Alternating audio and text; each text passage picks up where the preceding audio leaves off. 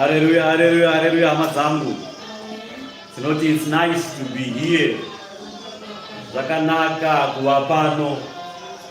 Tinokugamuchidzai nemufaro uri kuna Ishe wedu Kristu Jesu atisanganidza nhasi rimwe zuva.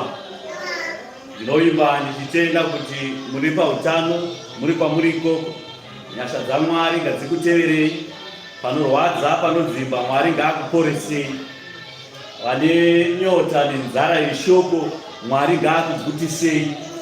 Vanotya, vanodedera, Mwari ngaakushingisei, akusimbisei. Ndinokwazisa hama dzangu dzandiri kuona pano, Baba Mtenda Mambo, ndinokwazisai nemufaro uri kuna Ishe wedu. Mucheche ari kuchema, ari kuda kuvhiringa basa raMwari.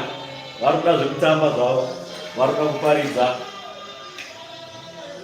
Asi yaiye ndinoimba kuti kuchema neruzha hazvizovhiringa shoko renyu, richange richiuya kwamuri.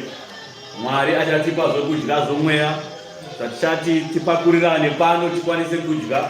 Muparidzi adyewo, muparidzirwi akwanise kudyawo pakarepo. Mwari wamasimba ose ngaakutungamirei. I see my brother, I don't know where you are from. This brother is asking for a prayer request. He said he has his sister Paramita and the mother Dipali.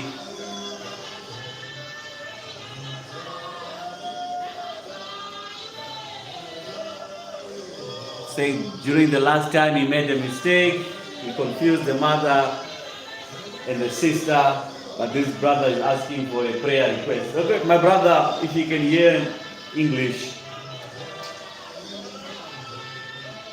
please fast for 1 day. 1 day dry fasting. In the morning, don't eat anything. Your last food must be the last meal you eat at night. You spend the whole day, the following day, without eating. And then you break at 6 p.m. at night. That's when you break, you pray to God. All this time, pray to God for what you want. God will answer you. Okay? I give you 1 day of prayer, dry fasting. Whatever you want for your sister, your mother, anything in your life, 1 hour, please. Vanhu vanouya vachita prayer request, vamwe vacho vanozoziva kuti vamwe vari pachokwadi kana kuti vamwe vatori mweya yakaipa ida kutesta simba. Tione kuti une simba here rekusvika kwavari kana kuti simba rekuita zvinhu. Aiwa, zvinhu zvaMwari hasi zvemanyawe. Munhu anozvinamatirira, munhu anozviteuririra. Hakuna munhu anobatsirwa paFacebook. Hakuna munhu anobatsirwa palive channel. Hakuna munhu anobatsirwa paYouTube. Munhu ngaabatsirwe panyama. Nai, munhu anouya kukereke, asikakwanise kuuya kukereke, zvimwe tinokwanisa kukurayira zvekuita, sekurayira pataita baba kuti ngavanamate, ngavatsanye. Mwari anovanzwa. Baba venyu vanonzwa munyengetero yemunhu anonamata ari mukati meimba, ari pakavanda. Baba vanomunzwa ari pakavanda, vanomuropafadza ari pakavanda ipapo. Saka kana pasina mukana wekuti anosvika paimba yaMwari, pasina mukana wekuti anosvika paprofiti kana paakuru, naizvozvo munamato wekutsanya, munhu zvitsanyire munhu. Munhu anofanira kuzviteurira. Kana munhu azviteurira, Mwari anomuropafadza. Asi kana mukana uripo, mukana wekuti tiungane tinamate tiri pamwe chete, uyo mukana uyo hakufanira kusiyiwa. Mwari anokuropafadza uri pamwe chete navamwe, muchibata muri pamwe chete, tichiita chinhu chimwe chete. Mwari anotiropafadza, Mwari anotisunungura. Chekutanga ndinokuudza vakwegura pamazuva ake Jehovha Mwari waIsraeri, iye anogara nokusingaperi kusvika kusingaperi. Iye wakwegura pamazuva ake Jehovha Mwari waIsraeri ngaakudzwe kubva zvino nokusingaperi. Amen. Ndinokuudzai Ishe wamadzishe, Mambo wamadzimambo, Kristu Jesu Ishe muponesi. Neropa rake namavanga ake takaponeswa. Gwayana raMwari, dzikinuro kuzvivi zvavanhu vose. Mwari wamasimba ose ngaave nesu. Mwari wamasimba ose agere kurudyi rwaMwari. Kristu tenzi Ishe muponesi ngaakudzwe kubva zvino nokusingaperi. Amen.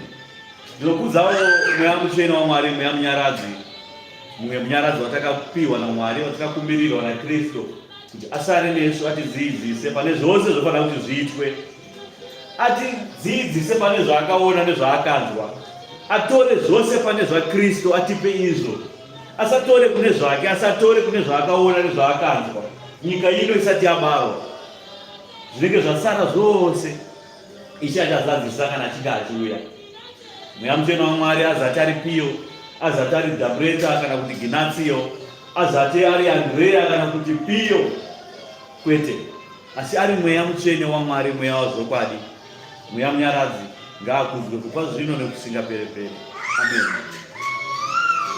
Nokudza vakuru vakatanga nebasa paJerusarema, kuvaprista vedu, vafundisi, vanyori, kuchedzana zvigaro zvenyu ana baba, kusvika kakomana kadiki kanemba hosana mimba yaMwari, nyangwe kachita ruzha mimba yaMwari, kubva zvino nokusingaperi-peri. Amen. Unokudzawo nokwazisa ana mai vakuru anokudzwa, ana mai vaprista, ana mai vafundisi, nokutedzana zvigaro zvenyu ana amai, kusvika kasikana kadiki kanemba hosana mimba yaMwari, muchiti amen. Ana chiyelere tinowana achiimba, tinokuona ichiimba svondo, vatanga vaimba chiyelere vachiimba chaizvo zvakanaka zvinofadza Mwari.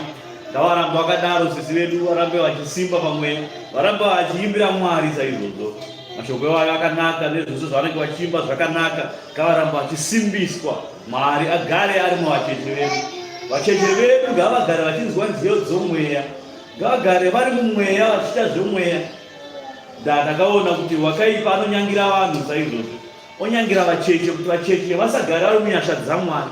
Vacheche vachingonzwana banana, taita uchiswedza chedu chimwana tichionawo mabanana iwayo, tikazoona tadzima TV kuti TV takadzima, asi mwana musoro make mazara banana. Akafungidzira kuti banana ndokutamba, banana ndokuimba, banana ndokuvaraidzwa. Tikatoona kuti aiwa wakaipa Satani anototeya vana kuti vana vasanzwe huma hozana, nokuti vacheche vakadai vari padhuze nehozana kudarika Yesu wakuru. Saka vacheche vachiona zvakaipa, vachiona mweya yakasiyana-siyana, nokuti vachiri vatsvene pamberi paMwari, havazati vaita zvivi.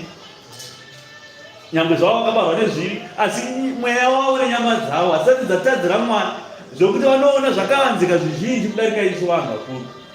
Zvino vacheche kana vachinge vachibviswa muhozana yaMwari, vachinge vachibviswa pakuona ngirozi dzekudenga, votanga kunzwana banana nanakokomeloni, musoro wozara mabanana nemakokomeloni, vachibviswa pamhedyo naMwari.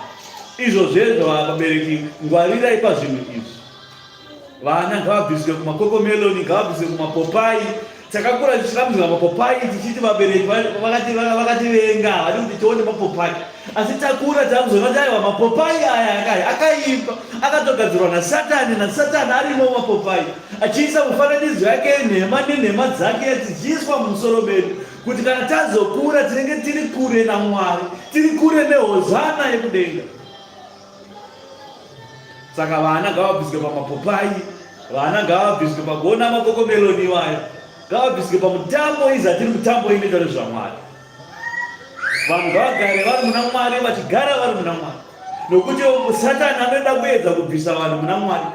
Saka Satani akauya neTV akatanga kutipa zvifananidzo zvizhinji, kuti nguva yedu zhinji inopera tichiona TV, nguva yedu zhinji inopera tichiona zvimafilimu, tichiona bhora, kana kusina bhora tichiona macheso ari kushow, kana siri kuona macheso tichiona anajapedza vachiridza mbira dzavo, kana vasiri kuona anajapedza tichiona mapopai nevanhu, kana siri kuona mapopai tichiona zvavanhu vari kuurayana nevanhu vari kuita upombwe, zvichisvibisa ndangariro dzedu kusvika ndangariro dzemunhu dzawodzo.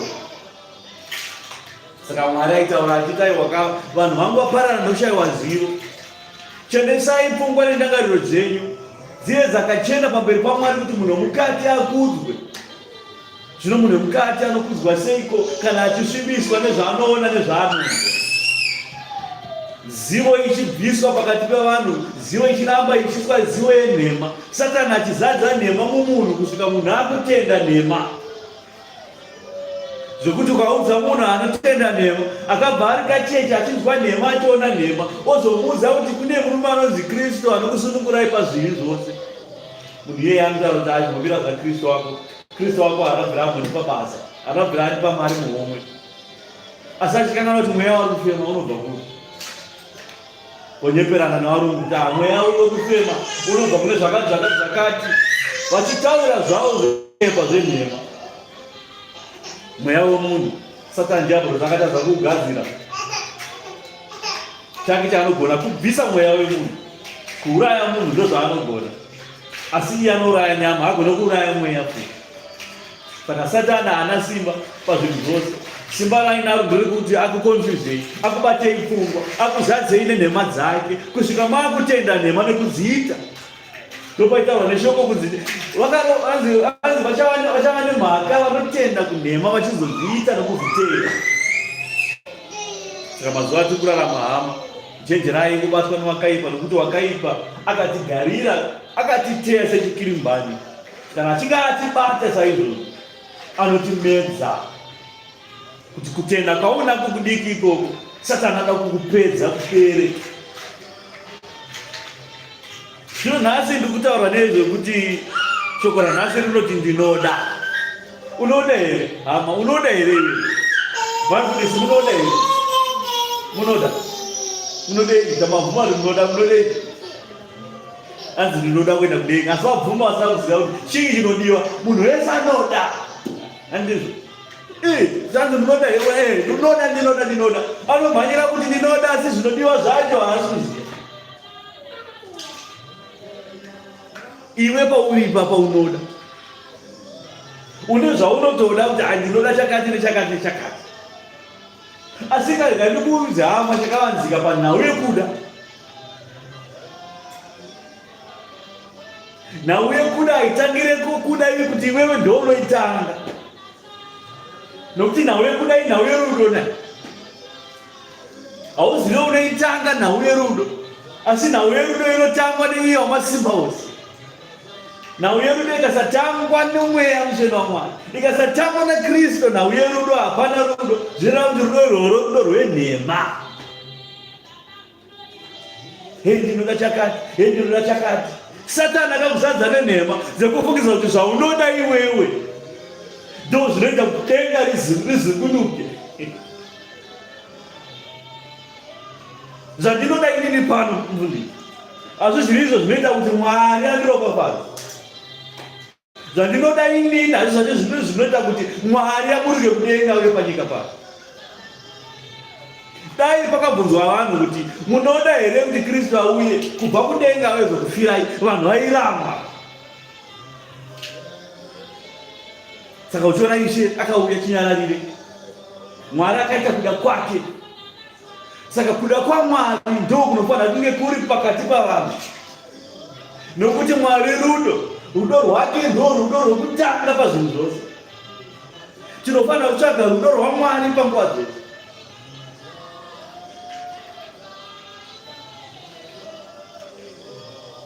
Ndikati mukadzi wangu ndinokuda, kana ndisina kuda Kristu pakutanga ndiri kuda iwe nhema. Kana uri baba kunyika usati watendeuka, mukadzi wako wakamuroora usina kutenda kuti Jesu ndiye Ishe, uri kuda iwe nhema, wakapimba mukadzi wako nenhema dzega dzega dzakazara mauri, ukati amai ndinokudaya, ndoda kuti ndikuroorei. Asi kana iwewe usati wawana rudo rwaKristu, zvoreva kuti rudo rwawaitaura uchitaura panguva iwewe uchiparidzira mukadzi wako rwava ruri rudo rwenhema, nokuti rudo runotangira pana Kristu. Saka uchiona vakaroorana kare, vakaroorana pasina Kristu, pane pakudhonzerana nekurwisana nezvakaipa zvizhinji zvichivamomotera. Ndavakataura zverudo vakasiya rudo wacho muzvinhu zverudo. Mwari ndiye rudo, kana wasiya rudo pazvinhu zverudo, zvoreva kuti inhema dzega dzega dzakazara.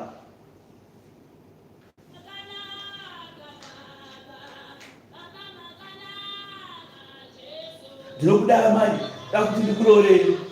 Asi inini wacho handisati ndasangana naKristu, handisati ndayanana naKristu, handisati ndatendeuka kubva munyika, handisati ndasiya mabasa erima, asi handisati ndatombobhabhatidzwa muzita raKristu. Ndiri mureri wenhema.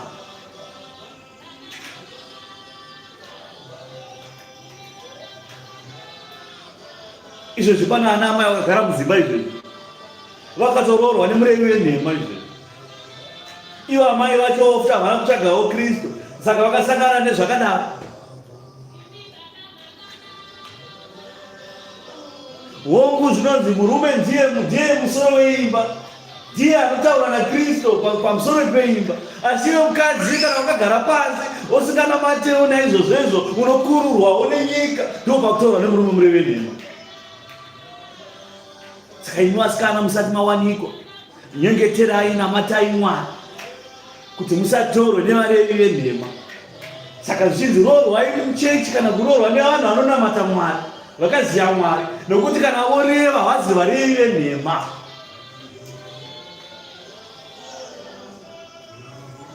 Hatingatarisire kuti munhu anonamata apostori aroora titarisire kuti imba iyoyo iparare. Andizvo nemhaka yei? Nokuti ayewa, nokuti vakaisa rudo pazvinhu zverudo, vakaisa Mwari muzvinhu zverudo. Mwari abva azadzisa nerudo rwake, akati zvakafanira kuti vairava vave nyama imwe chete. Mwari akaropafadza.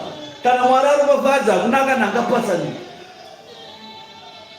Saka imi patikati pamakati ndinoda, kamukomana kakati ini ndinoda musikana uyo, musikana kati kana ndiyo ndinodawo baba. Kana vairava vakanga vasati vaziva Kristu, vasati vaisa rudo pakati pavo iye Mwari, kureva kwavo vese kwaiva kureva kwenhema. Asi nekuti vari muchechi vanonamata Mwari mupenyu, vanoziva Mwari mupenyu, vakaisa rudo pazvinhu zverudo, ndokuisa Mwari pamberi pezvose. Mwari obva avatungamirira pazvose, parwendo rwavo rwekudanana kwavo nekuroorana kwavo neimba yavo yose inenge yakaiswa rudo rwaMwari muno. Saka paya pamunoti ndinoda, hauzirewo kuti ndinoda, aripo akatoda kare, saka zvazadziswa. Ndoda kutenga mota kupera kwegore rino. Iwewe unoda kutenga mota kupera kwegore rino, unoda, you want, unoda iwewe. Saka kuda kwako iwewe ndio kuchaita kuti zviitike kwete. Isimba rako kungwara here, kuchenjera kwete. Pane anokupa, kana asiri Mwari mupenyu wekumusoro kudenga, ndiMwari wenyika ino, Satani yavo. Zvinobva kuzvintu, hakuna kwazvinobva, kuzvanobva mumhepo, ndakangwara, ndakadziza, ndakazotenga mota, parazokubata ndikajuma mari. Hauna kuijuma mari, hapana chinonzi kujuma. Zvinhu zvose zvozikanwa naMwari zvisati zvaitika. Mwari anoziva kuguma kwazvo zvisati zvatanga. Satani anoziva kuti awingamubata ndakadai so pakupera kwegore, mota yaari kudai achaibata chete neropa. Iwe toti gore rino chete ndichaitenga, ndinoda. Unoda. Kuna anoda kukupa, asi anoda kukupa wacho ndeupi? Mumwe ada kukupa neropa, mumwe ada kukupa nenyasha. Zvino wenyasha zvino haangokupa wakagara vachitasharara. Wenyasha anokupa aona mabasa akanaka okuita. Anokupa ayera mwoyo wako kuti ndikamupa uyu, muziye wengoro uyu, haazota wese here pane zvaari kuita. Ndakune vamwe kuti mota chakaibata akutozabarika, mukadzi achamukwanira kuda vairi kana vatatu nemota iyoyo. Mwari angatoona kuti uyu ndikapa mota uyu, haachanamata, kunamata kwake kuchaguma pakubata mota. Saka ndikatiborekeza kumupa gore rino ambotanga anuwirira chitendo, ambotanga azara nerudo rwaKristu maari, tozomupa gore rinoteera. Satani obva akuti shamwari, kuti ubate gore rino ndinokupa inini, asi pane vakaropa kadiki diki. Papabuda gome dza Satani dzichiti andinorombesa, obva nhamba, obva afonderana zigo advertise andinorombesa, obva aparidza evhangeri yerima, zigo naiye obva aparidza evhangeri yerima, achishandira rima saizvozvo, kusvika iye munhu iye ada kuropafadzwa nemota aona rima raparidzwa neevhangeri iyoyo, obva aitenda mwoyo make, obva anorombeswa. Gore rinopera ane mota mbiri tatu. amira pakati pevamwe varume sinoshanda kai sinoshanda isatirari tichishanda vachipa uchapupu hwenhema nokuti pavari pakazara nhema vapfekwa nenhema mwoyo yavo yazara nhema yango nhema chete nenhau yekuda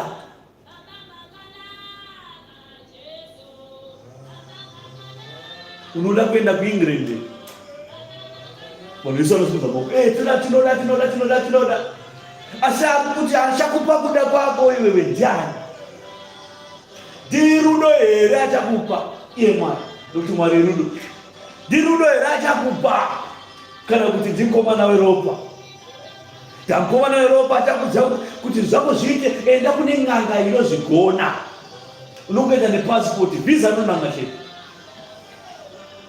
unoenda kuembazi utaanaarungu wakaisa mushonga pasi perurimi evhangeri yerima ichiparidzwa obva waitenda obva waigamuchira obva waienda nayo evhangeri iyoyo obva wasvika vhiza robva ranamwa wabva ipapo pane kuti zviperere ipapo utendeuke obva watanga kutoparidza iwewe watomuapostora wevhangeri yerima obva watobuda uchiparidza ichiti ahamba ndinotenda sekuru vekwakati vakandibatsira ndikawana vhiza rekuenda kuuk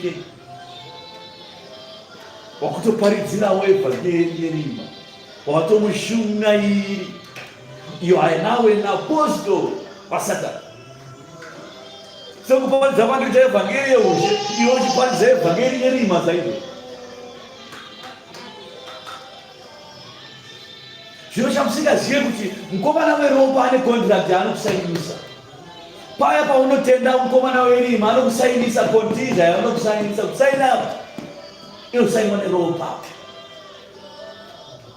imwe yacho haise pachena so anoisa zvinhu zvakanaka obva wapiwa makwati inogeza nemakwati aya ende unopfungaidza nezvinhu zvimba mako isai mushonga uyu pasi perurimi rwako ikontrakt yautosaina iyi kusvika mukomana akubata kuti ji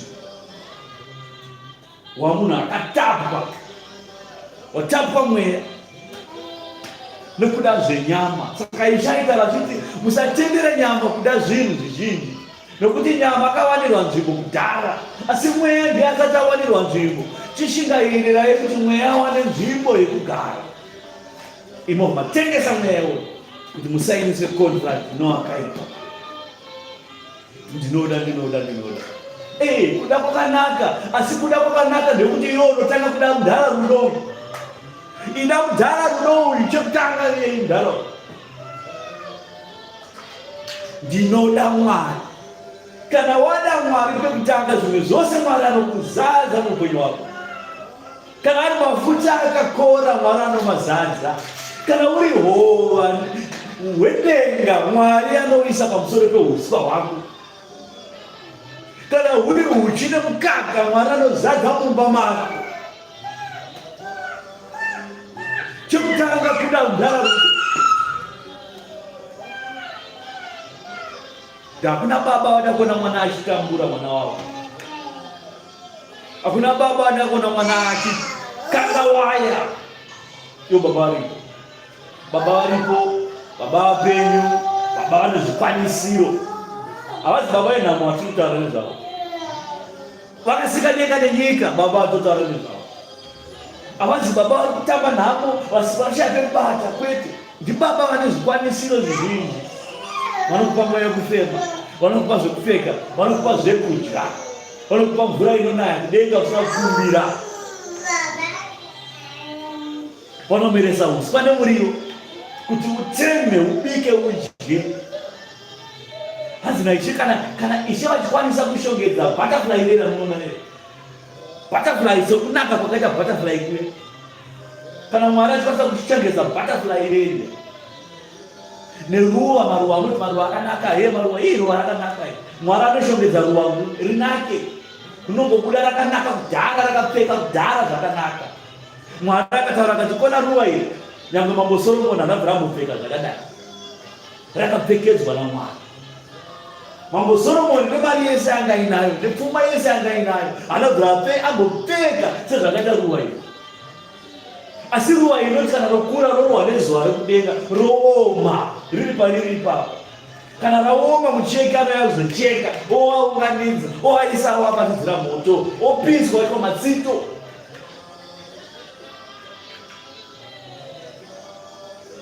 Saka ndiMwari upiko anopfekedza ruva achabva kupfekedza vanhu vake. Shiri dzenyika hanzi shiri dzenyika chaidzo hadziruki kana kuenda kuchigayo kana kurima kana kupfuya hadzipfuyi, asi Mwari anopa shiri dzedenga chekudya zuva nezuva, anodzipa zvokudya.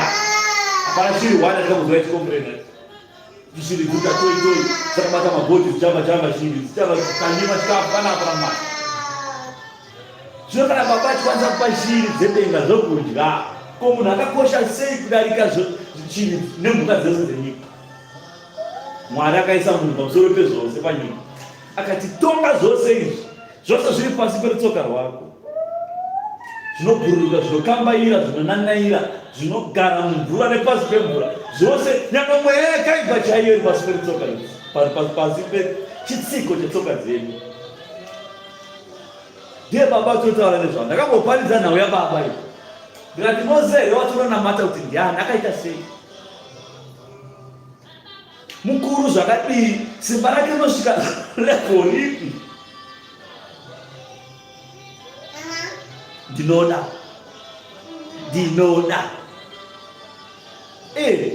Kana wada chinhu, munhu chaanenge adanisa simba somazviri. Munhu kana achanzi ndinoda kurima munda wangu, ndinoda kuti ndirime munda wangu, anoisa simba pamunda wake.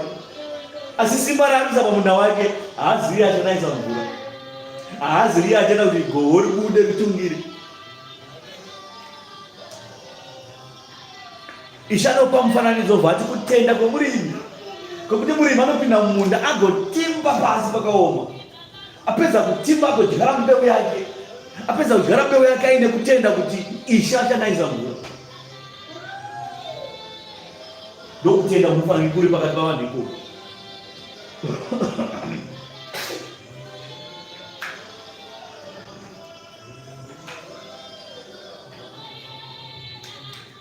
Unozwa mumwe achiti ndinoda murume ane mari. Unoda iwewe, who are you? Achekutanga ndiwani? Nokuti mashoko unotaura denga anobvunza kuti ndiwani? Who are you? Une power here kutaura zvauri kutaura? Une authority yacho here kutaura mashoko auri kutaura aya kuti ndoda murume ane mari? Iwewe hauzivi iwe unotaura mashoko, nokuti mashoko kana wakura kuataura chiziva kuti uri kusaidhi kwamudhararudo. Nokuti kana usiri kusaidhi kwamudhararudo, mashoko ako ari kutaura anongopepereka zvavo nemhepo achienda. Paari kurohwa nemhepo wakaipa ari kumagama daizvo tohova kana murume ane mari. Saka anobva kutsvagira ane mari chaiyo yakasviba kuti ndo mari, asi iri mari yeropa. Obva watorwa akwenda mumakaromba kudhara akapedza hama, obva akuita ndandinanga nehama iyi, I mean offered. Obva matotenda kuti ane mari dzake asi akafirwa navabereki, ndiye ega asara. Mhuri yotoungana, vanhu vose vaungana vaunganira munhu wana asina hama dzote dzekwana. Potobhadharwa rora pfumba, potonyorwa malisti mahombe nemari hombe. Mobva apa vasikana vadiki pressure. Ndakarorwa 50,000 nemombe 50 dzinotsika, kwabhanyorwa list friends paFacebook kuti vadika mweya weputike. Kuti vafungidzwa kuti saka ini ndikarorwa nemari shoma zvoreva kuti handisi munhu. Saka ndakarorwa nemari shoma zvoreva kuti murume handide ana mari. Kare vanhu vairoora nebadza chaiko. Ainotora badza akouya okumbira ndokumbira mukadzi pamusha pano, ndokumbira sadza, obvazora iti mwaendeiko bvasi badza roiswa. Satani abvauya akati aiwa kaona kuti badza handisi mari here, mobva mada mari, mati atoda mari yakawanda, saka kana pasina mari hapana muchato. Achitsvaga kuti musaroorwe, mugare makadaro muchingochembera, uchachembera wakadaro kusvika wadesperate manje kuti wakungoda nyangwe anonzi murume ane ndebvu wese anyone, nyangwe chigunduru wakungodawo kuti amai nhingi. Satani ane utsinye, ndoutsinye. Satani chakangwara pazvinhu zvake. Saka chizi vakuru venhema ndiye chibaba chenhema, mambo wenhema ndisatani devil. Okubatai kumeso tandinoro nemurume mari asina mari. Pane imwe ndikaverenga vakatiudza moyo here kana kuti zimse lebho here achiti adzi murume wangu anzi ndida kuroorwa nekomana wangu asi akabata 5,000 chete. Shamwari yangu akaroorwa muma 10-15 ikokoko. Saka hazvo 5 ine sezvandiri uri chiiwe zvauri iwe uri ngirozi wafa kudenga nhasi okuzvikudza ikoko. Satani abata kukudza akati ndiye mukuru wekuzvikudza. Avati vakazvikudza, munhu akawana kuzvikudza anobva pana Mwari kudai. Saka ukaona vakawanda vakadaro vada kuroorwa mari dzakawanda pane kakuzvikudza mukati. Kakuzvikudza ikako Satani anozvishandisa izvozvo. Usaroorwe nemunhu asina mari. Ana mari uyu tsvagane mari. Obva atsvagane mari obva awana anonondo yomunhu futi obva anoita mukadzi wechitu paradza imba yangu. Obva ati hazviri nani ndichirime zvangu asi ndiri mubenzi. Osaka marriage yakufambidzana nebenzi. Saka takugeja kuti marriage iri kufamba nekuti pane benzi. Ko wekudhara waita sei panga pasina benzi? Pamwe nemadhongi chete. Ko pasina madhongi, ari madhongi akazoya musoro. Ko vekudhara vaita iyi. Saka munhu kudhara vakasingaroorane pamusikaroorwe munhu pamusingachadwe. Satani anouya akawanda kuseri kwezvinhu zvakanaka. Obva aparidza evhangeri kuti zviite kunge ndiyo evhangeri yaMwari. Kuti uno munhu hapana kutobuda mari kuti munhu zamuzi. Ishe akaenda muchato wekana, hapana zvemari zvatakanzwa pamuchato wekana. Nangwe izvozvi nhasi muchato wakaitwa wemaJudha. Tikaenda kwaJudha nhasi chaikwa umone kusirivhera ichibuda kuti vanopanana zvinonhuhwira, vopanana hupfu nefurawa. Kuna vanonyora zvinoita maMoslem vane zvavanozonyora zvezvo zvinoratidza kuti ndiye muroora. Poitwa mutambo wemuroora, mutambo wevasikana vane gumi. Vamakadziwa mubhuku kunzi pakanga paine vasikana vane gumi vakamirira chikomba kuti chikomba chiuye, asi vakanga vanzi 5 vacho vakashandisa mafuta. Vamwe vacho vakadzima mafuta akati tichazomirira kusvika chikomba chauya. Vamwe 5 vakabuda vakanomhanya kunze uko vachinge vari vanotsvaga mafuta. Chikomba chikasara chikasvika, madhoo akavharwa, chikomba chapinda.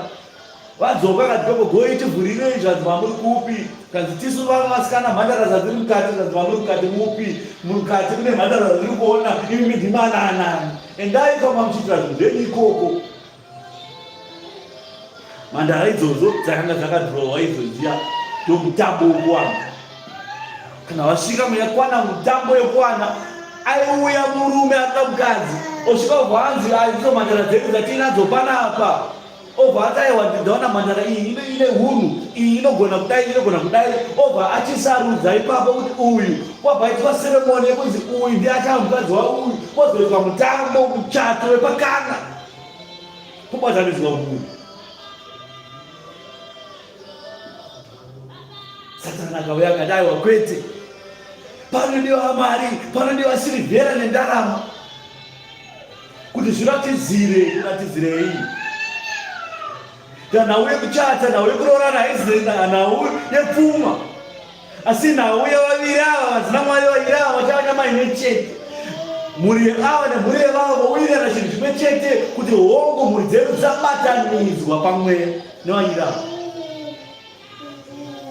Takuparidza. Amen.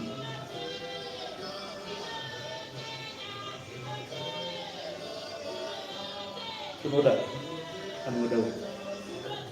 Ngatipinde mubhuku. Mashoko mazhinji ngaabve mubhuku aregedze kubva kwaari. Tinovhura neavhura basa kwaKorinde kutanga 13 nhamba mukati. 13 chapter taitangira kubva pa1 kusvika pa13.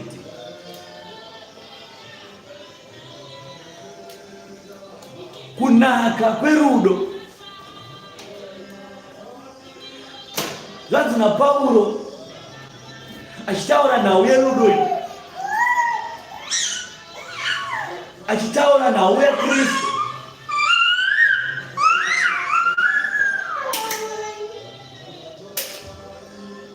Pauro achitaura nhau yaKristu achitaura nhau yarudo, iye Mwari wamasimba ose nekuti Mwari ndiye rudo. Pauro anotaura achiti kunyange ndikataura nendimi dzavanhu nendimi dzavatumwa, kana ndisina rudo ndava sendarira dzinongorira nedare rinongoti ngwere ngwere ngwere ngwere, ndagitare rinongoti kerekerekereke, ndangoma ndingoti padagu padagu padagu padagu padagu, ndiri kukutaura ndimi dzavanhu nendimi dzedenga, asi kana ndisina rudo hazvireki. Rudo ndianiko? Rudo ndiye Mwari watinotaura nezvake. Rudo ndiye Mwari watiri kuparidza kwamuri kuti idai Mwari chekutanga pazvinhu zvenyu zvose. Pakuda kwenyu, kuda kwacho ngakuye kuda kuMwari kwekutanga. Mozoda zvamunoda asi mada Mwari, kuti zvamunoda zvizadziswe kuna Mwari, zviregedze kuzadziswa neropa raSatani diablo senhume dzake. Kunyange ndine chipo chokuprofita, ndichinzwisisa zvakavanzika zvose nekuziva kwose, kunyange ndine kutenda kwose, kuti ndibvise makomo, kana ndisina kana rudo handina chinhu. Ndikaprofita chinhonga tsono, ndikaprofita munhu akafa kuti ngaamuke, ndikaita minana inoshamisa nezvishamiso zvizhinji, asi kana ndisina rudo handina kana chinhu. Hanzi ndikatotaura gomo kuti gomo ipapa, gomo robva paroenda kunomira uko, vanhu vagondobeka maoko sokuti aiwa muprofita uyu muprofita chaizvo ane simba, asi kana ndisina rudo hazvina chinhu.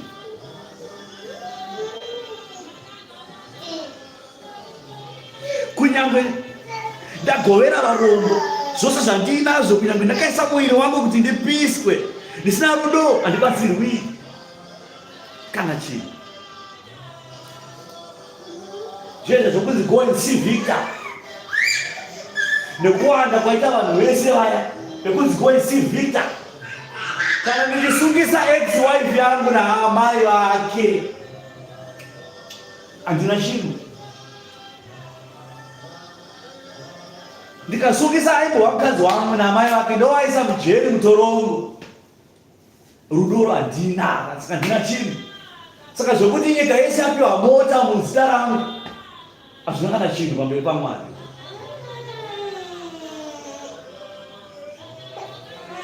Ndikatora vhidhiyo, ndichienda pavhidhiyo kunopa vanotambura kuti mukona baba vanotambura, ndakuvapa mari nezvekudya nezvekupfeka, baba vari kurwara saka ndakuenda nawe ndini kuchipatara.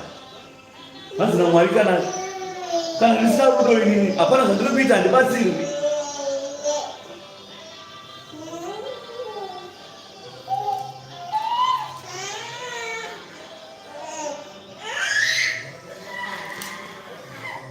Kunyange ndagovera varombo zvose zvandinazvo, nyangwe ndikasara ndiri zero mainazvo, ndisina chinhu, kana sina rudo chete handibatsirwi. Kunyange ndikaisa muviri wangu kuti ndipiswe, ndisina rudo handitombobatsirwi chinhu.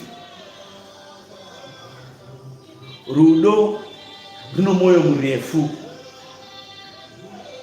rino mwoyo munyoro, rudo haruna godo, rudo haruna manyawi, rudo haruzvikudzi, rudo haruiti zvisikafaniri, rudo harizvitsvakiri zvarwo iro zvarunoda, harutsamwi, rudo harina zvishura, rudo harifariri sakarurama, asi runofarira zvokwadi, runofukidza zvose. Rudo uru runotenda zvose, rune tariro pazvose, runotsungirira rudo uru pazvose. Rudo haringatongoperi. Zvino kana kuri kuprofita kuchabviswa, kana dziri ndimi dzichaguma, kana kuri kuziva kuchabviswa. Saka kuziva kwatinapo nendimi dzatinotaura dzachichiprofita nechiprofita chacho, zvose zvatinozvikudza nazvo muzita raKristu zvichaguma zvose, asi rudo richasara. Saka vanhu kana vakuyerwa pakutongwa kwamarudzi ndakamboiparidza iyi. Pachatsvagwa kuti une rudo rwaMwari here mauri, rudo rwawanikwa here ruri mauri, rudo rwaMwari rwawanikwa here ruri mauri, ndo chichava chiyero chako pakujajwa kwako. Saka zvichidzi mabasa ese aya achakuteverani. Pisarema raMwari ndogamuchidzai nemufaro pisarema raMwari. Mwari ngave nemi. Tinotenda kuti masvikapo nemiwo panguva ino kuti muri pakurewo mudyewo zvokudya zviri kupakurirwa vamwe pano, kuti nemiwo mugutiswewo rinake mukanwa sehuchi rogovava mudumbu menyu semishonga kuti muponeswe. Pano tiri kuparidza nhau dzarudo, tiri kuparidza nhau dzekuda, kuti iwewo hauzirewo wakati ndakuda kunamata, hauzirewo wakati ndoda kunamata, asi ariko akasika vanhu kuti ndinoda kunamatwa. Mwari abva asika vanhu panyika kuti vanhu vamunamate. Saka paine paunonga kuti ndakuda kunamata, hauzirewo kuti ndoda kunamata, asi munhu wemukati basa rake nderokunamata Mwari. Satani ndiye akauya akabvisa kunamatwa kwaMwari akaisa kunamatwa kwezvinhu nezvidhori nemari nesirivhera nezvakasiyana siyana zvenyika ino, akaisa zvivaraidzo zvizhinji kuti munhu mukati akanganwe kunamata Mwari. Saka panapa tiri kutaura nhau yaPauro kuvaKorinde. Pauro kuvaKorinde panapa ataura achiti nyangwe ndikataura ndimi dzavanhu, ndimi dzechiprofita, ndikaprofita, ndikaita basa resimba, ndikaudza gomo kuti baba kuti muenda apa, kana ndisina rudo handisi chinhu. Nyangwe ndikazvipisa nomoto, mwiri wangu ndokubatidza moto, kana ndisina rudo rwaMwari handina chinhu. Ndonhau yatiri kuparidza pano pisarema raMwari. Pauro anobva ati nokuti tinoziva zvisakakwana, tinoprofita zvisakakwana, asi kana zvakwana zvasvika, izvo zvisakakwana zvichabviswa. Ichabva ari kutiudza nezverudo, kuti kana tisina rudo toti tinonamata Mwari. Kana tati tanamata Mwari, zvatinoziva pamusoro paMwari hazvina kuzadziswa, nokuti pakashota rudo rwaMwari. Kana chiti tinoprofita, takuti tinoprofita, asi kuti kuprofita medu tobva tabatwa nezvinhu zvokuti hatinotoshaya rudo pazvinhu, nekuzvikudza, nokuita zvinhu zvinotibvisa pakururama kwaMwari. Tinosara toprofita zvedu, asi kuprofita kwacho kusina kukwana. Munoprofita kubva pano kusvika, munoprofita kubva pano kusvika, hazvina kukwana nokuti pane zviri kushota. Mwari abva atudza pachokwadi kuti kuprofita kwacho hazvina kuti rudo rwaMwari rwakazara mauri. Kuprofita kwacho nokuti kana kuri kuprofita kuchadzimwa, kana kuri kuroteswa kuchapera, ndimi dzichadzima. Zvino kana zvose zvapera, tichaziva sei vanhu vaMwari nevasati vazakare vanhu vaMwari? Nokuti vamwari vakataura ndimi vachizungudzwa nemweya woita kunge ndo vatsvene kudarika vose. Mwari akavaona vakadaro vakati aiwa ndinovaziva, ndichadzima ndimi dzacho idzodzo, toda kuti vachazoonekwa here sevanamata. Nokuti vanofungidzwa kuti vakataura ndimi muchechi vakandozvikonedzera pasi vakaumburuka vakataura ndimi obva ati hava yavanamata zingaite. Mwari obva ati ikokoko hakuzatiri kunamata ikoko. Vamwe obva vati akangorira nendimi vakataka kutaura mabhii, pana pataura mabhii kubva chechi ichitanga kusvika ichipera, chitiprofitai, hapana chinoprofita. Saka mauchinyaudzireiko tichada kunzwa shoko muchikotaura ndimi dzenyu. Hanzi hadzi dzinobatsira inini chete. Saka kana dzibatsira iwewe sei kwaramba ucharuzha? Saka ndiMwari upi kwaanoti chechi chitanga kusvika ichipera kutaura ndimi dzangu chete. Saka vanhu votadza kudya here shoko, nokuti pane zvose zvise zvichadzima. Ndimi dzacho dzavari kuvhara nadzo kuti ndiye dzinovharisa chechi dzichadzima, asi rudo rwaMwari ruchasara. Rudo urwu ndo ruchatsvagwa pamunhu, kunoti kana yakwana nguva yekutongwa zvinzi ava ndo vairumburuka ava. Saka ava ndo chaivo chaivo endai mudenga, vanonzi iwewe nemabasa ako awaita, nemabasa ako ekuzvikudza, nemabasa ako ezvakaipa zvawaita zvisakarurama. zvinobva zvaiswa pasonanzi rudo rwaMwari rurimo here, obva avhenekwa rudo rwaMwari kuti ndirimo here, rikashayikwa uri pamangwana. Asi rikawanikwa kwanze tawana rudo rwaMwari riripo kwanze oraiti zvakanaka na rudo rwaMwari rwawanikwa ririmo, ko mabasa erima aitayo iwayo zvaanotongwa pamusoro pako. Asi kutongwa kwako hakuzati kuzotongwa kwegehena, nokuti rudo rwaMwari rwawanikwa riri mauri uchapiwa mutongo wako uri kuenderana nezvawakaita, asi mweya wako haupiswe, asi mugove wako unokamurwa. Vaya vanoprofita vachizvikudza, ndinoona nenhonga tsono, vachizvikudza pamberi pekereke, vachitange ndo vega vanogona kuprofita, kutange ndo vega vakaiwa nedenga. Mwari achiona zvakadaro, mugove yavo ichatapudzwa, denga vanorowana, nokuti rudo rwaMwari ruchawanikwa riri mavari. Mabasa avo akasarurama iwayo kuzvikudza achatongwa pamberi paMwari, uvanzi mugove wako iwewe waifanira kuti gwinya sezuva, asi izvo zvine zvawakaita izvi wakungogwinya senyeredzi iri kudenga. Nokuti pamwiri mutsva uchazouya naKristu, vamwe vachagwinya sezuva, vamwe semwedzi, vamwe senyeredzi. Ichataura ndiri kudzoka ndichimhanya, ndakabata mugove muruoko rwangu, ndigopa ndichigovera mumwe nemumwe nezvaakabata. Saka mune zvawakabata izvi, kana ukazvikudza, ziva kuti uri kutapudza mugove. Ukazozvikudza zvokutaka wesi mani, mweya wako unofa. Vaya vanotadza, Mwari aidzati vane pavanotadza. Aizvati nyange vacho vanosvika vatsvene vacho vane pavanotadza, kana vatadza chakamurwa pamugove wavo. Vakaramba vakadaro vakazatendeuka. Saka Pauro pana paari kutiudza ati nyangwe ndikaita sei nasei namabasa esimba, nyangwe ndikagomwe bhabha endavo, kana ndisina rudo rwaMwari handisi chinhu. Hazvireve kana chinhu, zvese nonsense.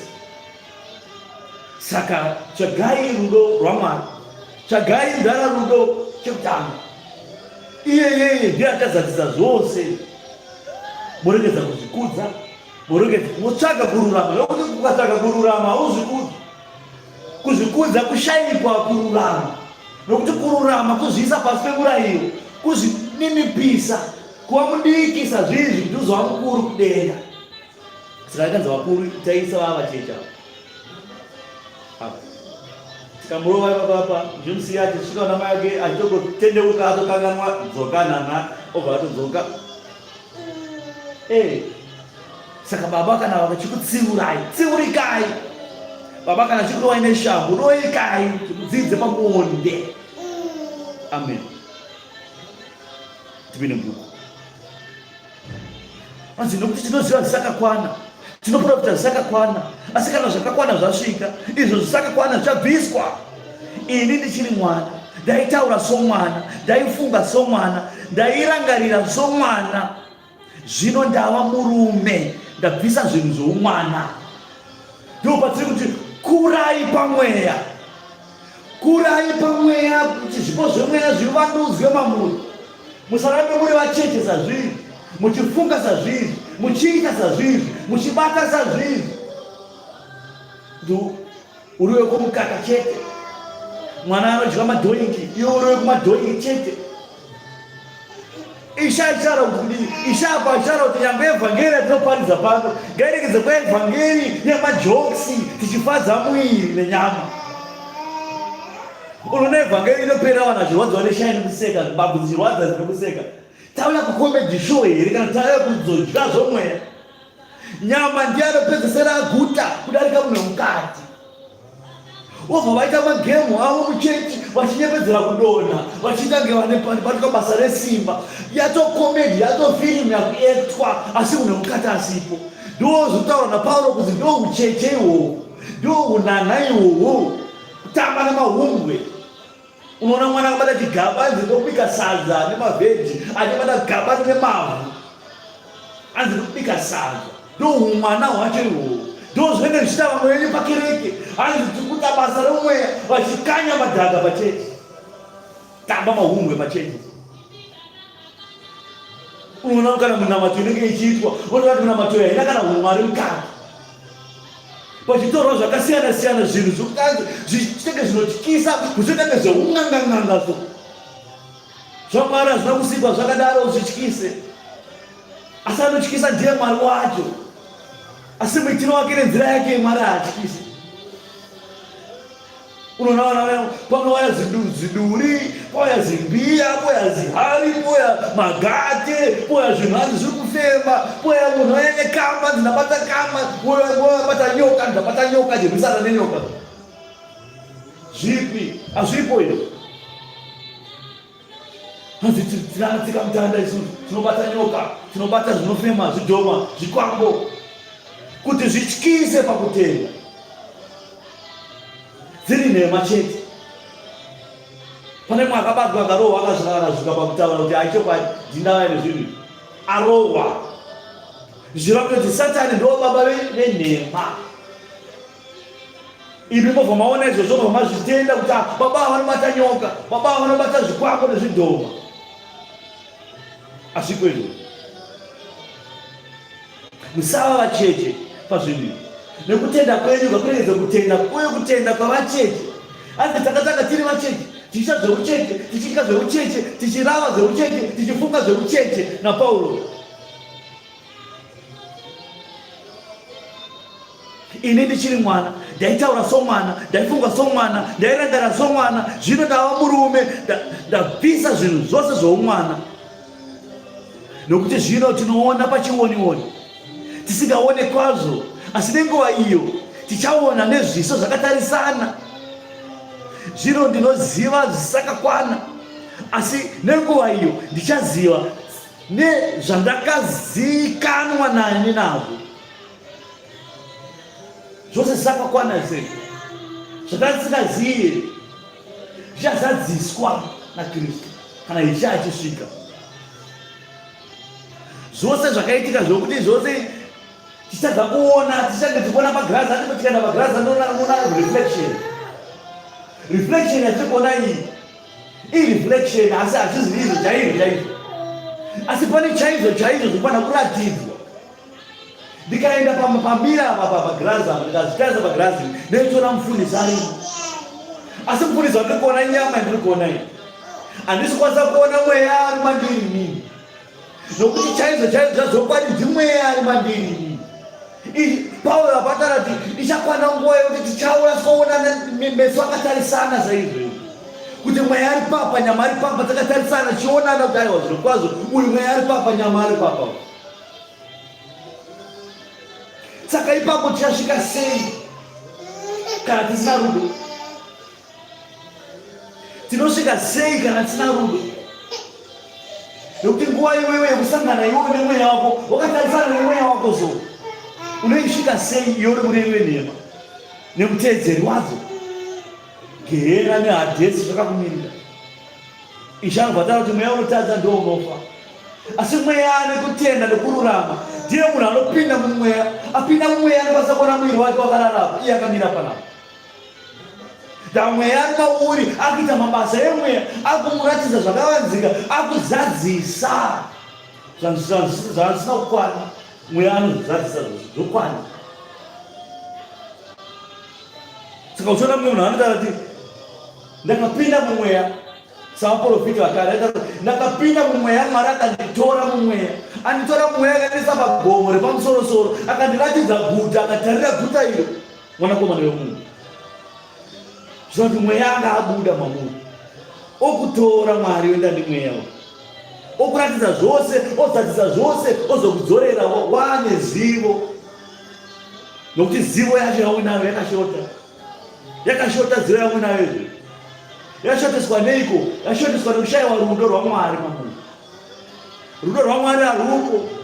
Mobva mazvikudza, mobva maita mabasa erima nekusarurama kwawanda kwamunhu.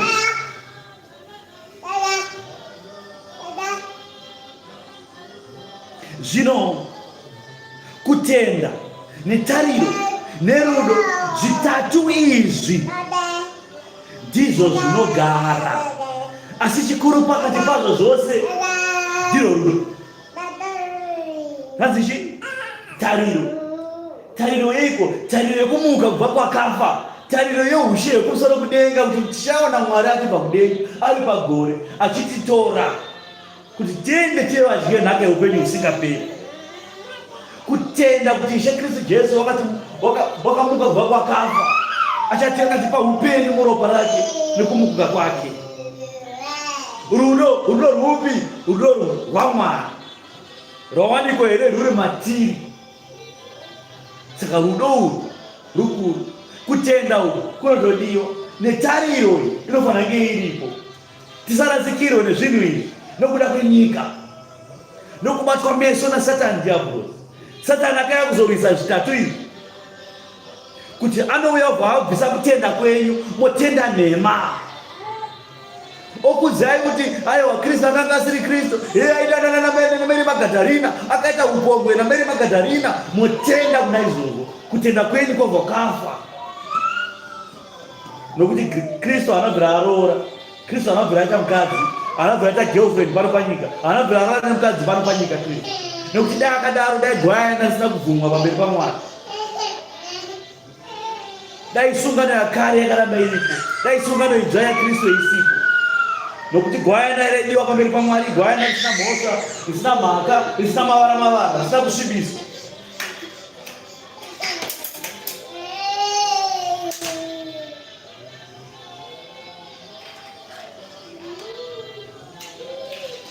Tariro yenyu ikashandurwa.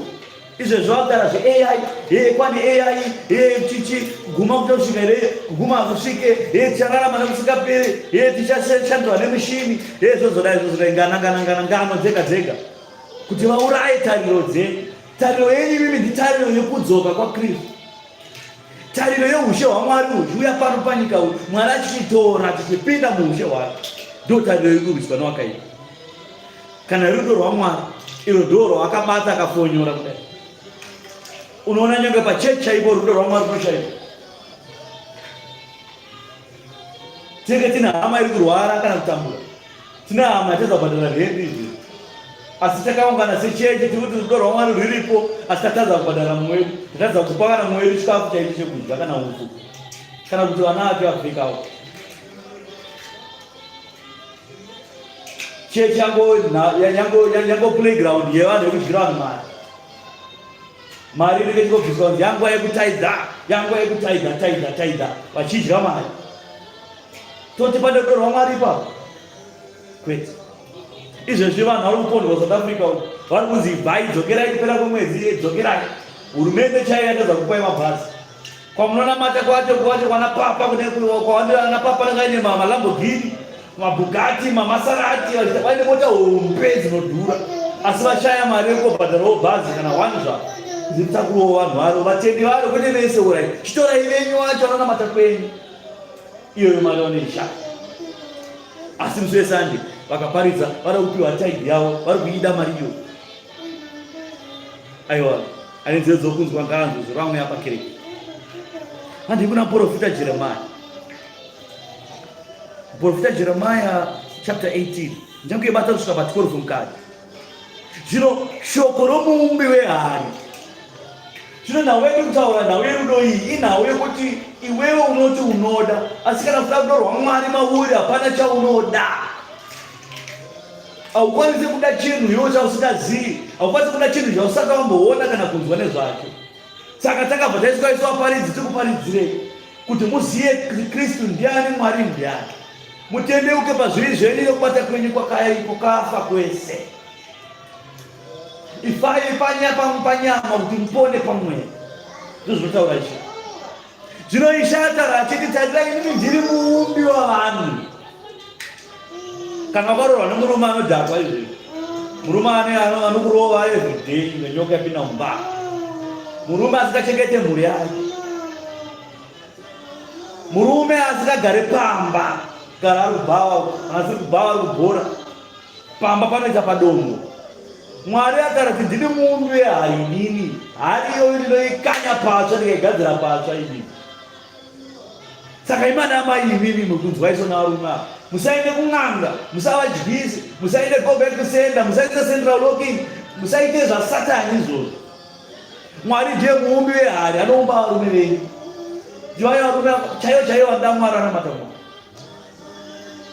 Ivarume musaka mkazi uya aterere saka la mumwe. Muna kuchinja mkazi unge hembe, the t-shirt ni mabisa ni mapeka ni. Shogoro vati ana baba ida yakadzeni chaiwo wamakazitorera. Ndimakazitorera mkazi garaina. Zikatungana ndira ndangemo. Apana inobuda angazigare dzirimo. Ndio Mwari zvaaritaura. Kana nguva yakwana Mwari iye ndiye achaumba vanhu vari kudai. Zvichina Mwari. Mwari akataura kana. Shoko rakauya kuna Jeremia richibva kuna Jehovha richiti, simuka Jeremia, uburukire kuimba yomuumbi wehari. Ipapo ndichakuzivisa mashoko angu. Zvino ndakaburukira kuimba yomuumbi wehari. Ndikamuwana achibate basa paruoko rwake. Zvino mudziyo waakanga achiita nevhu wakashatiswa mumaoko ake nemuumbi. Akaumba zvenaro mumwe mudziyo sezvaakafunga iye muumbi wehari. Ipapo shoko raJehovha rakauya kwandiri richiti, zvanzi naJehovha, nhai imi imba yaIsraeri, nhai imi chechi, teerererai. Nhai imi chechi, handingagoni kuita nemi sezvinoita muumbi wehari here? Mubvunzo kwamuri imi chechi, zvanzi naIshe, handikone here kuita kwamuri semuumbi wehari uyu kuti angagadzira hari yake yakayacheama pane imwe kona abva akanyakanya abva atochinja nekugadzira, achagadzira hari abva agadzira kapu. Ishe ari kubvunza iwewe kuti handingazvigone here kuzviita sezviri kuita murume uyu.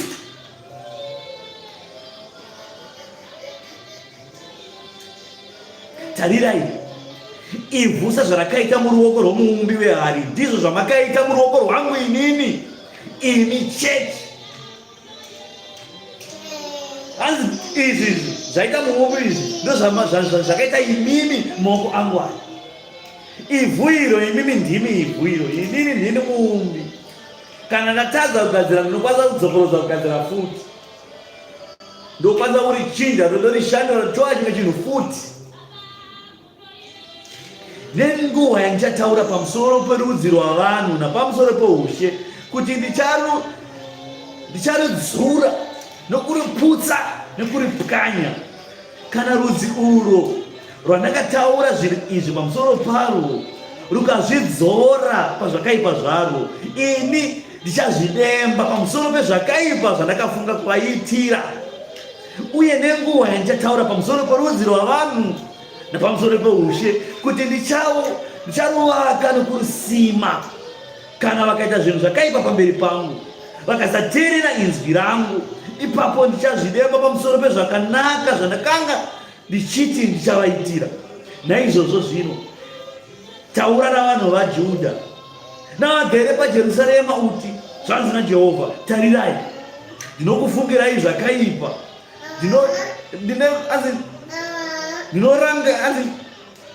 ndinoranga namano akaipa pamusoro penyu.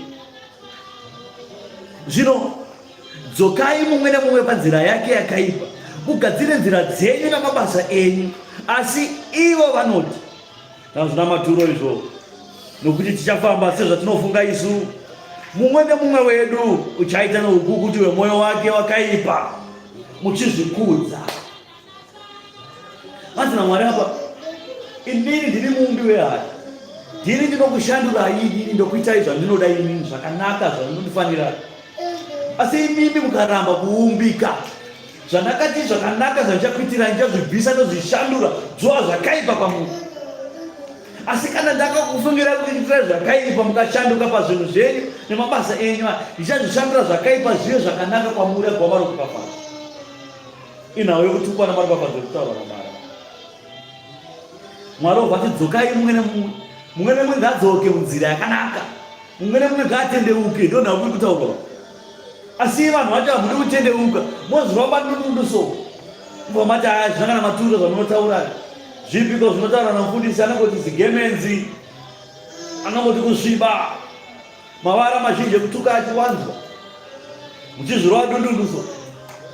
Tatitendeuke, toita zvatinoda. Pazisa mapostori, tiri vePentecost, anogotaurire zvepentekosti apostori, anogotaurire machechi avamwe vanhu, anotukira iko vakuru. Kuzvikudza ikoko ndozvitaura Mwari apa, kuzvikudza. Mumwe nemumwe wedu uchaita neukukuti hwemwoyo wake wakaipa. Saka mwoyo yenyu wakaipa, mwoyo yenyu haina tombonaka zvachose. Saka togotarisira zvakanaka seiko pachinhu chakaipa. Muti wakaipa unozvara zvinhu zvakaipa, muti wakanaka unozvarawo zvakaita sei, muchero wakanaka. Ngandivhare namapisarema.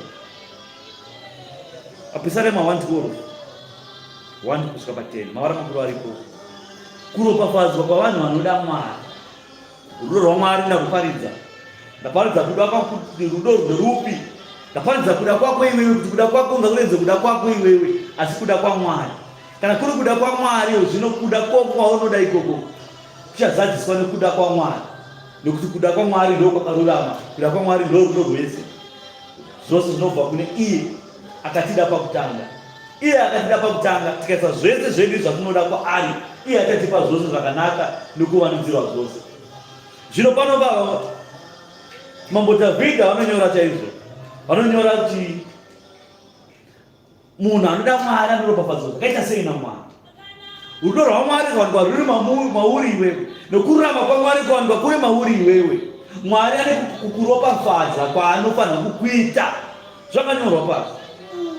Pane kuropafadzwa kunotofanirwa kuuya, nokuti zvakanyorwa pasi. Nokuti dai ingari dhauti dai Mambo Dhavhidha asina kuzvinyora izvi. Asi zvakatonyorwa kuti kutenda kusimbiswe kuvanhu vanhasi.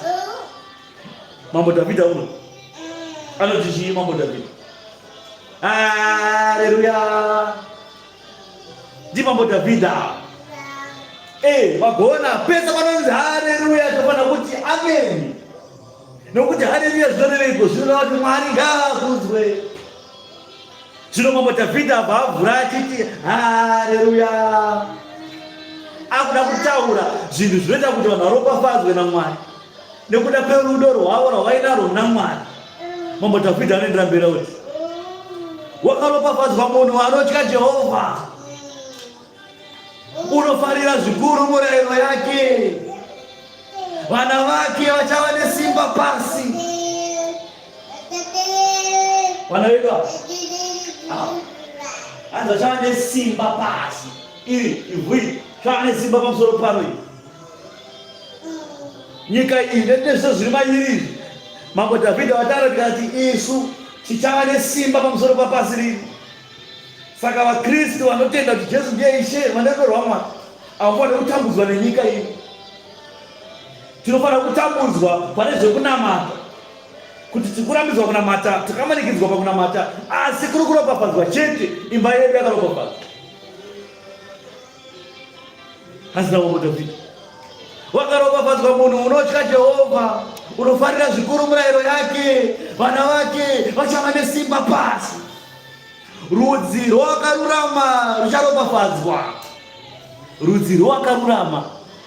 Paya patinenge tichikudzai ruramai pamberi paMwari, zuva nezuva tichikuparidzirai kururama, ruramai pamberi paMwari. Zvikanzi rudzi rwako urwo rwokururama rucharopafadzwa. Rudzi rwakarurama rucharopafadzwa.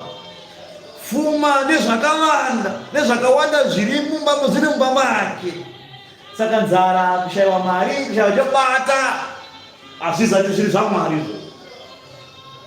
Hazvisati zviri zvaMwari. Ukaona pane pachika nhamo yemari, sirivhera, ndarama, chokudya chaya chokubata, tichinhonga masosve nemuromo pano, toziva kuti hazvisati zviri zvaMwari. Satani ari kutirwisa. Mambo Dhavhidha wataura pakati pfuma nezvakawanda zviri mumba make. Kururama kwake kunogara nekusingaperi. Wakarurama unobudirwa nechiedza parima. Paya paunosvika zvinhu zvinenge zvisina kumira mushe, Mwari anozvasvika nechiedza obva ba chiedza. Wauda kufamba mutauni urowe nemotikari, Mwari obvasa chiedza pwa, motikari yobva yazvimirira yobva pfuura pano. Paya pematsotsi panenge kurangana kuda kukubira mutauni vachikutera uyo, Mwari obvasa chiedza kuti pwa, matsotsi obva ngoro vanokotizve kuti haana mari siyana naye. paibe banada kukutaimira pakona kuti vakuponde vakurova vakubire mara kubate huro. Mwari wabva chedza chake bwa obva wata confusion ipapo obva watopfura pamberi pako watopfura watoti munhu uya apfura munhu wewe. Zvakaitika kuna baba mutenda mambo avo baba mutenda mambo avo zvakaitika izvozvo. Vachibva kuchechi vakomana vakamira vakabata ngunzi vaine mhuri yavo. Mwari wabva aisa chiedza kuti bwa vakapfuura vachitongobva kupfuura masodzi abva apepuka munhu uyo asi yangatotundeti munhu apfuura kuti akati musiye. Mwari anobudisa chiedza chake parima. Iye une nyasha netsitsi nekururama. Une mufaro munhu uyo unoita nenyasha unopa chikwereti. Apo ndopavanoda. Apo ndopavanoda papiwa zvikwereti apo. Piwa zvikwereti. Asi shoko rinoti anopa ni. Kwete anopiwa. Ati asi vakawanda vanoda kupiwa chete havari kupa. Apo une mufaro munhu uyo unoita nenyasha unopa chikwereti. Kana une zvokupa ipawo vamwe vakakumbira kana unazo mupe. Kwete handipe munhu chikwereti kana zvite. Kana uinayo uda kupa mupe. Asi kana ukaverenga kuona medzi dzako hadzikubuda dzavatakati haisukwana ndine bhijana kana bhijana iripo mupe bhijana kana pasarwa chose buda pachena kuti medzi dzangu hadzikusobhalansa handina. Usazobata foni wakufonera nhiki kuti kondakabhara nhiki kakutsvaga mari kuno atomapuhwa pamberi pamwe. Kana unazo hauna kana unazo mupe. Asi vakawanda nekuti mwoyo yavo ikugutu. Mwoyo yavo yakasvibiswa nerima. Mwoyo yavo yakasvibiswa nerima. Mwoyo yavo zvakasvibiswa nerima manje apa. Ivo havazivo vanopa chikwereti asi ivo ndo vakuru vekutsvaga zvikwereti. Vanotora advantage pachitendero chavanhu vanonamata saka ndikavakwereta havazondibvunza mangwana. Kune vamwe vanotamba kadhemu ngekukwereta. Chechi yese yabvongodzwa munhu achibvongodza chechi yese nokwereta. Umwe watoita wakusimbe nokuti uri munhu rudzi anokwereta gore rese iwewe. Mwedzi nemwedzi unotokwereta chete. Semba mako musina mafuta. Mambo Dhavhidhi ataura kuti pfuma nezvakawanda zviri mumba make munhu akarurama. Saka iwewe nawe kupa mari haisi kusolva problem yauinayo. The problem yauinayo ndeyekuti rudo rwaMwari harumo mauri. Kuzvininipisa hazvimo mauri, kururama chaiko hakumo mauri. Nokudai kuri mauri iwewe haukwerete mwedzi nemwedzi panapa. Tinogona munhu akuti teki. Aiwa ane mhosva akatadzira Mwari munhu kuti tiadrese problem munhu apone. Ngatiregedze kumupa. Ngaaparidzirwe evhangeri. Adye zvokudya zvinoponesa iye neimba yake. Nokuti apa tamupa bhandeji. Akakwereta tomupa bhandeji. Akakwereta tomupa bhandeji. Achiramba achipesa mabhandeji. Aiwa munhu uyu ari kurwara uyu. Umba mako mabiite mafuta. Mwari upiko anonamadzwa navanhu angandikopema chete boze kana yasvika padevo yekuti inokwereta every month atichazi chikwereti kwakupema. Mambo Dhavhidhi anotaura nawe kupema, ataura nawe pfuma ine zvakawanda zvopinda pamako. Zvino kana woti mwedzi uno wakwereta, mwedzi unotera wakwereta, unotera wacho wakwereta, aiwa hauchazi mkwereti iwewe, wamupemi. Akana iro bhengi akana bhengi kuti wakwereta nhasi loan, next week wadzoka kuda imwe loan, next month wadzoka kuda imwe loan, uchiramba kututsira maloni chete vasvika pakuudza zvakwana tanga wapedza zvauinadzo.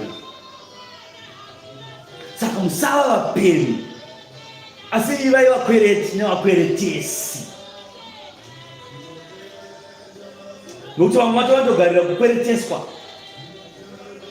Iye hapana nazuva wanda anokweretesawo, asi iye andonange mubvumo wake, iye right yake yekukwereteswa. Right yako pachiko yekukwereteswa. kwereteswa hasaisi raiti yako iwewe. Mukweretesi kana asina, pamwe hana pamwe hadi, ngairegedza kwa mhosa kukweretesa. Pozwa mwana iyo ivhesiyo iyi ndo panobva ruwengo rwakawanda ipapapa. Ipapapa ndo panobva magiraji pachechi ipapapa. Ndakamukweretesawo iye aramba kundikweretesa. Aiwa, unakweretesa kana unotarisika iwe unofana kukweretesa kana kuti wakweretesa. Iwewe watone mhosa. Kana wakweretesa, kweretesa usingatarisire kuzorerwa. Saka chizoti tanga wakakwereta mbedzi dzako, kana mbedzi dzako waona kuti mbedzi dzako dzakamira zvakanaka, kweretesa nekuti mari iyoyo usaitarisire kuti ichadzorwa. Asi kana iri mari yekuti ichadzorwa, iri mari hombe, gara ubuda pachena kuti mari inoda kuti idzoke.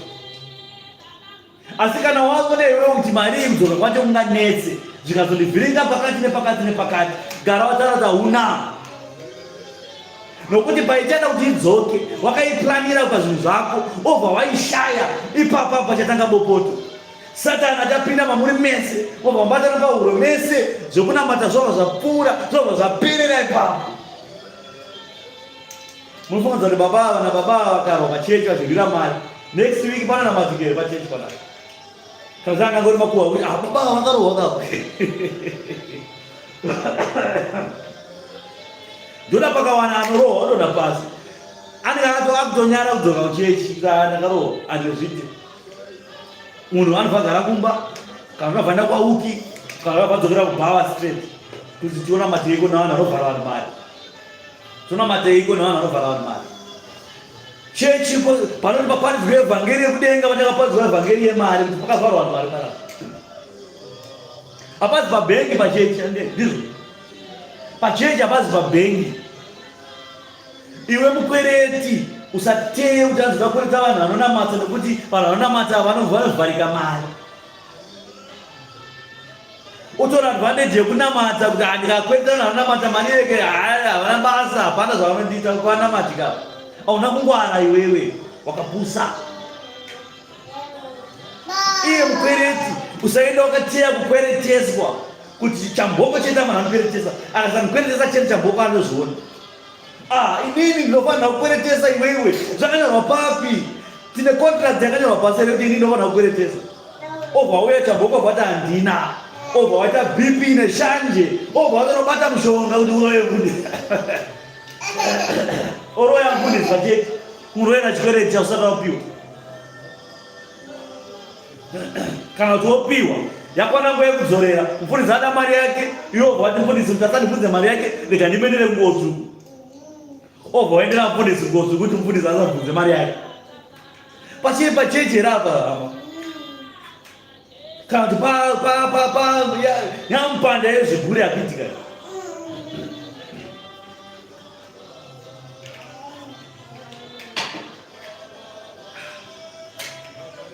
Pachechi hapazi pabhengi. Mukwereti usauya wakateya kukwereteswa. Mukweretesi usafungidzire kuti kana wakweretesa usatarisire kudzorerwa nemukwereti. Kukweretesa kwawaita kwafanana nemunhu apa nemufaro. Ngazviende zvakadaro. Ikazadzoka ndizvozvo, ikadzoka tokudza Mwari, tonamata mweya nemuzokwadi chete chete. Usavhure business pachechi kuti uda kuita business rekukwereta vanhu pachechi. Hakuna zvakadaro. Kana une dambudziko unotaura pachechi, arume ndine dambudziko rakati. Kana uchibatsirika wobatsirikana zvakanaka. Kana paine dambudziko huru chairo, vemweya ngavapinde mumweya vataure kuti chii chikuitika panapa. Vakuru varipo vanokunyengetera vanokukumbirira. Ngatirege kuita zvipanda zvezvigure pamachechi. Mumwe munhu anouya kuchechi aine chipepa chemafriziti kuti atengesere mafriziti pachechi. Haasi kuuya kuchechi akazvitengesa mafriziti. Mumwe munhu anotobva pachechi anzi Jerusarema handisvike nekuti Jerusarema vanhu vashoma, asi ndinoenda kwaMwazha nekuti kwaMwazha vanhu vakawandisa, mafriziti angu anofamba zvingaiteko. Nezvimabhanzi zangu zvinofamba zvingaiteko. Ndikatengesa mabhanana so, handinodzoka ndichiverenga mari ndabva kuchechi. Haana kuyazonamata munhu ayazvita business pachechi. Obva anotendoka kwaMwazha, hazitendokera evhangeri, anotendekera business rake kwaMwazha. Vakadaro havana kana chinhu zvavainacho muushe hwekumusoro kudenga. Mwoyo yenyu yakazarwa nesirivhera nendarama neudyire. Tendeuka. Une mufaro munhu uyo unoita nenyasha, unopa chikwereti, ucharuramiswa mhaka yake pakutonga, nokuti haangatombozungunuswi pakururama. Ucharamba achirangarirwa nokusingaperi. Haangatyi mashoko ezvizhinji zvakaipa. Mwoyo wake wakasimba, uchavimba naJehovha. Mwoyo wake wakasimbiswa, haangatyi kusvikira aona kukundwa kwavadzivisi vake. Wakaropa wakaparadzira akapa vashayiwi. Kuparadzira uchipa vashayiwi zviva kuti vanenge vaona vasina zvikwanisiro, kana uinazvo unopa nemufaro, usingarongedze hwamanda kuti ndapa. Kana iri silivhera, ipa silivhera nemufaro. Kana zviri zvokupfeka, ipa zvokupfeka nemufaro. Kana zviri zvokudya, ipa zvokudya nemufaro. Uri pakavanda. Asi Mwari ari kumusoro kudenga ndiye ari kuropafadza. Ndokuropafadzwa kukutaurwa. Saka Mwari kana atiropafadza saizvozvo, tofanira kuziva kuti ropafadzo iyi yatapiwa naMwari. Mwari ari kuti tiropafadzwe tipo vamwe vanoshayiwa. Unoona munhu akachinzi is a billionaire. Vanzana nema 25 billion, 100 billion. Asi kumusha kwaanobva, vasikana vari kushaya mari yekutenga mapedzi chaiwo. Chembere dziri kushaya kuti dzodyei, dzopa vazukuru chii kumamusha kwaanobva. Kwete nyika yese, kwaanobva. Chipatara chekwaanobva chaicho hachina kana mapiritsi. Sirinji inonzi chiyeredza mvura yadhiripi inotengeswa $10. Kudunhu kwaanobva iye Strive Masiyiwa Davidson ndiwandukutaranga ndibude pachena. Strive Masiyiwa yeyu nemabhiriyoni ese ainawo iwaya. Asi kumusha kwaanobva uwane kana kuti kune pennies chaiyo chaiyo. Woku ndezvehurumende, ko zvako iwe semunhu akaropafadzwa. Kana ivo ana chivhayo.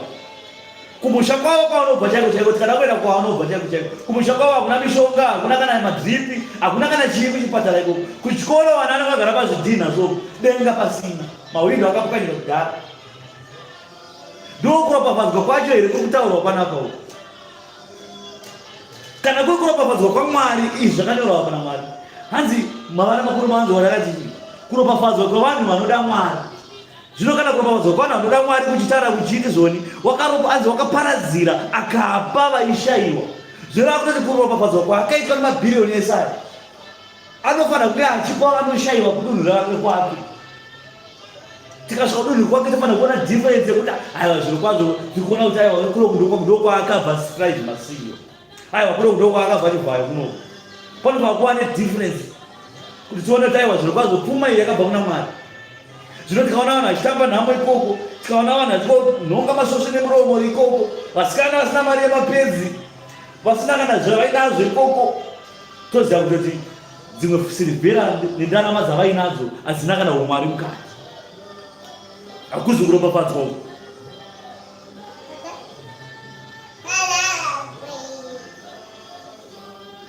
Mwoyo wake wakasimbiswa, haangatyi kusvikira aona kukundwa kwavadzivisi vake. Wakaparadzira akapa vaishayiwa. Kururama kwake kunogara nokusingaperi.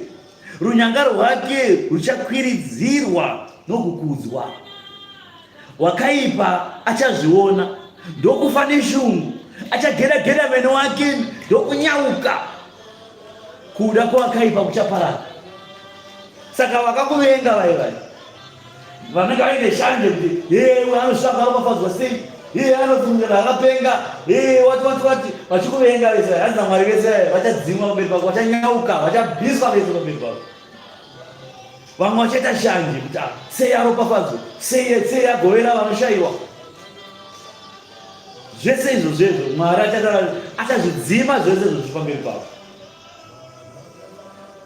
Saka kana Mwari akaropafadzwa vamwe, kana kune vanoshayiwa waunoona kuti uyu anoshayiwa, uyu ana chakati, mupe chaari kushayiwa chake. Ndozvoda Mwari. Kupawo vanoshayiwa zvireve kuti iwe unazvo. Bhuku anotaura hanzi vanazvo. Hanzi munhu akarurama anoparadzira kune vanoshayiwa. Hazvina kunzi munhu ane pfuma. Anazvo chete, kana zvauinazvo izvozvo zvinokwana. Kana une hufu wawina mama unokwanza kukwanira Mungu. Kwenda kuti amaye pana chido ne wana wawara rafuna zazaka. Azinokuti hawana hufu. Ione 20 kg mama. Ataza ngokamura kana 5 kg yango ta bikira yana polisi mosaka. Unobve. Hapana. Kunyima chaiko idimoni chairo la Satani. Kunyima. Kuti zvangu kunyima zvira kuti kutaura kuti zvangu chete. Zvino shoko raMwari hatidzidzise zvangu chete, rodzidzisa zvedu. Nokuti kana tautaura nauye ushe, tautaura nauye rudo rwaMwari. Mwari haasarure vanhu vake.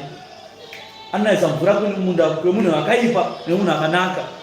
Mwari anonaisa mvura. Asi chinozosiyana manje pakutenda kwenyu. Munda waanonaisa ndokuropafadza munda weuyo akarurama. Ndiye kuti wakaipa anenge aine munda 1 hectare. Mutendi aine munda wake 1 hectare. Mwari unoisa mvura muminda miviri. Munhu anotenda oisa mafertilizer, owana zvikwanisiro zvose. Iye munhu akaipa. Owana matrakita, owana mafertilizer ekudira, macompound D, machichi, mishonga yekuspraya zvese zwana. Mutendi oshaya kana chimwe chete chaanoisa mumunda. Chake kusakura nekunamata Mwari chete. Kana yakwana nguva yekukohwa, uyu mutendi asina zvaakaisa uyu anokwanisa kukohwa times 10 kudarika uyu.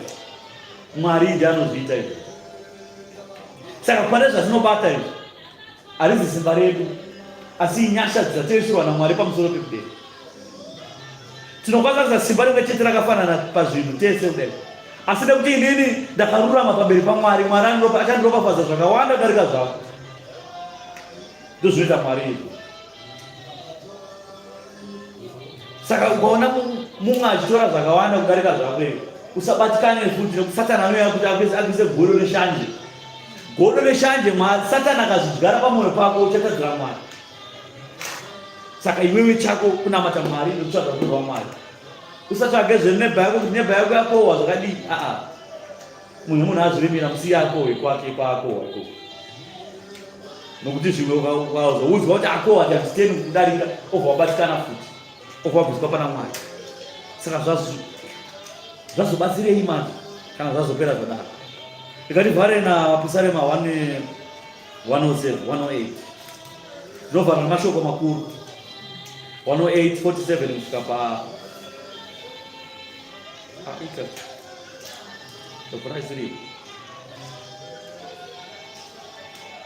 i 107 kwete 108. Ndatadza kunyora 107 aizve. Satani anyoresa isiri 9 i 106. 106 andiri kuda zvinovhara namashoko makuru kubva pa 47 kusvika pa 48 chipera. Mashoko anoti tiponesei Jehovha Mwari wedu, tiunganidzei tibve pavahedheni kuti tionge zita renyu dzvene, tifarisise pakukurumbidzai. Jehovha Mwari waIsraeri ngaakudzwe kubva pakusingaperi kusvikira pakusingaperi. Vanhu vose ngavati ameni. Haleluya. Ichipera ane nzeve dzokunzwa ngaanzwe zvinhu vamweya pakiriki, kukudzwa nekubwinya namasimba ose zvive panzvimbo yenyu Jehovha kubva zvino nekusingaperi. Amen. Shoko rinonaka sehuchi mukanwa medu, richivava mudumbu medu semishonga kuti tiponeswe. Arinakire shoko iri rinonaka. Saka mambo Dhavhidhi abva haleluya. Amen.